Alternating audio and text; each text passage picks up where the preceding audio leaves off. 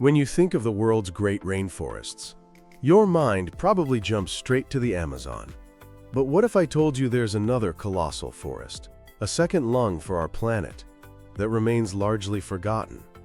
In the heart of Africa lies the Congo Basin, a sprawling 500 million acre expanse of vibrant green. To put that in perspective, it's an area larger than the state of Alaska. This is the planet's second largest tropical rainforest, spanning 6 different nations, and it plays a critical and often overlooked role in the health of our world. Today, we're taking a deep dive into this forgotten lung, exploring its immense power, the incredible life it holds, and the battle to save it from the brink. The Congo Basin is far more than just a collection of trees. It's a dynamic, living system. While we often call the Amazon the lungs of the planet, the Congo Basin could be called the more efficient of the two. It is the world's largest remaining tropical carbon sink, holding about 8% of all forest-based carbon on Earth. Here's a staggering fact. On an annual basis, the Congo Basin absorbs more carbon dioxide than the Amazon and all of Asia's tropical forests combined. Its net absorption of CO2 is a staggering 6 times that of the Amazon. If you were to put a price tag on that service alone, the carbon sequestration is valued at over $55 billion every single year. But its influence doesn't stop with carbon. The forest acts as a gigantic water pump. It pulls moisture from the Atlantic Ocean and generates rainfall that sustains life and agriculture far beyond its borders, reaching all the way to the Sahel and the Ethiopian highlands. It's a literal fountain of water in the heart of the continent, feeding vital river systems, including the mighty Congo River itself, the second largest river in the world by volume. This region is also a hotspot for weather. It's one of only 3 places on the globe known for deep convection thunderstorms, which are a major driver of the planet's entire tropical climate. And if you're not a fan of lightning, you might want to avoid the Congo Basin. It experiences the highest frequency of lightning strikes anywhere on Earth. Now, let's venture inside this green heart. The Congo Basin is an absolute treasure trove of biodiversity. It's estimated that 1 in every 5 living species on Earth can be found here. That includes at least 400 species of mammals, 1,000 species of birds, 700 species of fish, and around 10,000 species of tropical plants. And get this, 30% of those plants are found nowhere else on the planet. The forests are home to some of the most iconic and mysterious animals you can imagine. This is the only place you'll find the elusive okapi, often called the forest giraffe, as well as the pygmy hippopotamus and the beautiful bongo antelope. It's a crucial sanctuary for our closest relatives, the great apes. It boasts the largest number and diversity of great ape species, including endangered western lowland gorillas, chimpanzees, and the peaceful bonobo. And there's good news here. Thanks to dedicated conservation efforts, the population of mountain gorillas in the Virunga Massif has actually increased, rising from 480 individuals in 2010 to over 600 today. The basin is also a refuge for the critically endangered African forest elephant. These elephants are distinct from their savanna cousins and are vital to the health of the forest.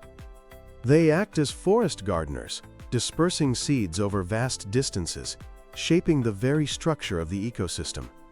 The apex predator here is the leopard, which grows larger in this region due to the lack of competition from lions or hyenas. But perhaps the most mind-blowing aspect of the Congo's biodiversity is what we don't know.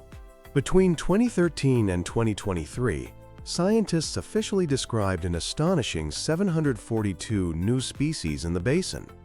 That's 430 new plants, 96 new fish, 42 new reptiles, 10 new mammals, including a monkey locally known as the lesula, and hundreds of others.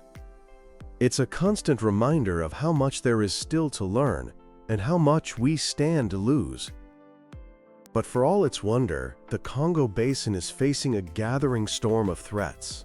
A tipping point has been modeled, suggesting that if 25% of the forest is lost or highly degraded, the entire ecosystem could begin to collapse, unable to generate its own rainfall and support its immense biodiversity. Projections show we could hit 27% deforestation by 2050 if the current rate of destruction continues. So what's driving this? The primary culprit is unsustainable agriculture. This includes small-scale slash-and-burn farming, but increasingly, it's industrial agriculture for commodities like palm oil and rubber that leads to massive-scale forest clearance. The soil here is naturally low in fertility, so once the forest is gone, the land degrades quickly.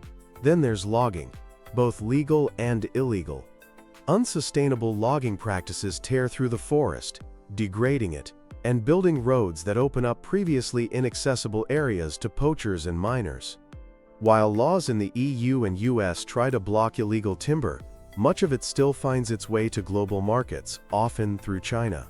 The ground beneath the forest is also rich in minerals and oil, and damaging extraction practices cast a long shadow. Nearly a third of the basin's undisturbed forests overlap with mining concessions, threatening ecosystems with deforestation and toxic pollution. On top of all this, you have poaching and the bushmeat trade. The demand for bushmeat in urban centers drives the hunting of monkeys, antelopes, and even gorillas and bonobos. In the Democratic Republic of Congo alone, over 1 million tons of bushmeat are consumed annually. This isn't just unsustainable. It's leading to what scientists call empty forest syndrome, where the trees are still standing but the animals are gone. Add to that the relentless poaching for ivory and pangolin scales, and experts warn that forest elephants could be wiped out in Central Africa within our lifetime. These threats are all amplified by a rapidly growing human population, political instability, and corruption, creating a perfect storm that jeopardizes the future of the entire region. And we cannot talk about the Congo Basin without talking about its people. An estimated 80 million people's lives are woven into the fabric of this forest.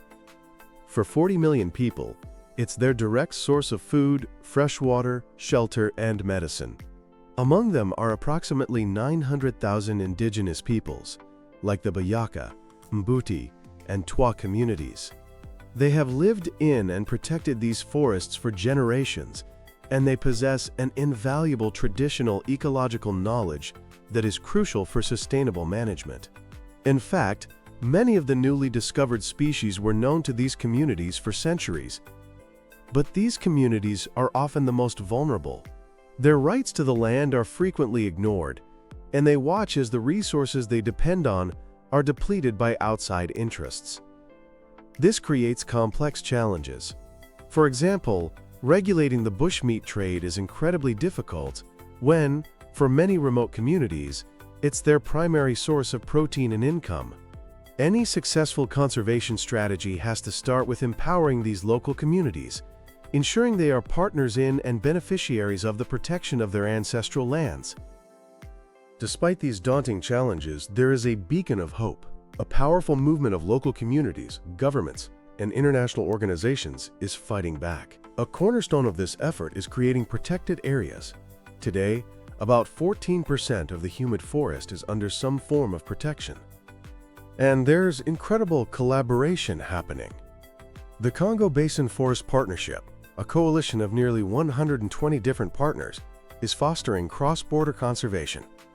A shining example is the Sangha Tri-National, a UNESCO World Heritage Site that stretches across Cameroon, the Central African Republic, and the Republic of the Congo. Here, joint patrols and international agreements are bolstering anti-poaching operations.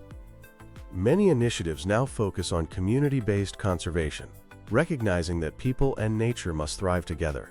Organizations like the African Wildlife Foundation are working with communities to improve livelihoods through sustainable agriculture, like crop rotation, and developing alternative protein sources to reduce reliance on bushmeat. There's also a growing push to assign economic value to the forest's services. The World Bank is helping Congo Basin countries develop detailed ecosystem accounts to show the true financial value of their natural wealth, which can then be integrated into national economic planning. Even logging can be part of the solution. Some logging concessions certified by the Forest Stewardship Council, or FSC, have been shown to effectively protect wildlife, in some cases harboring even larger populations of gorillas and elephants than neighboring national parks. The international community is also stepping up. The Bezos Earth Fund has committed to help protect 30% of the region by 2030, and the World Bank is scaling up programs for sustainable forest management. The Congo Basin stands at a critical crossroads. While it remains more intact than many other great rainforests, the pressures are mounting at a terrifying rate. The fate of this forgotten lung depends on a collective global effort. We must recognize its immense value and support the nations and communities who are its guardians. Supporting the Congo Basin isn't charity, it's a fundamental investment in our shared global future.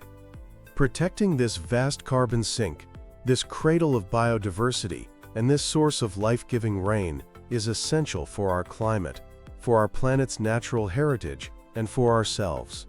The world can no longer afford to forget its other lung.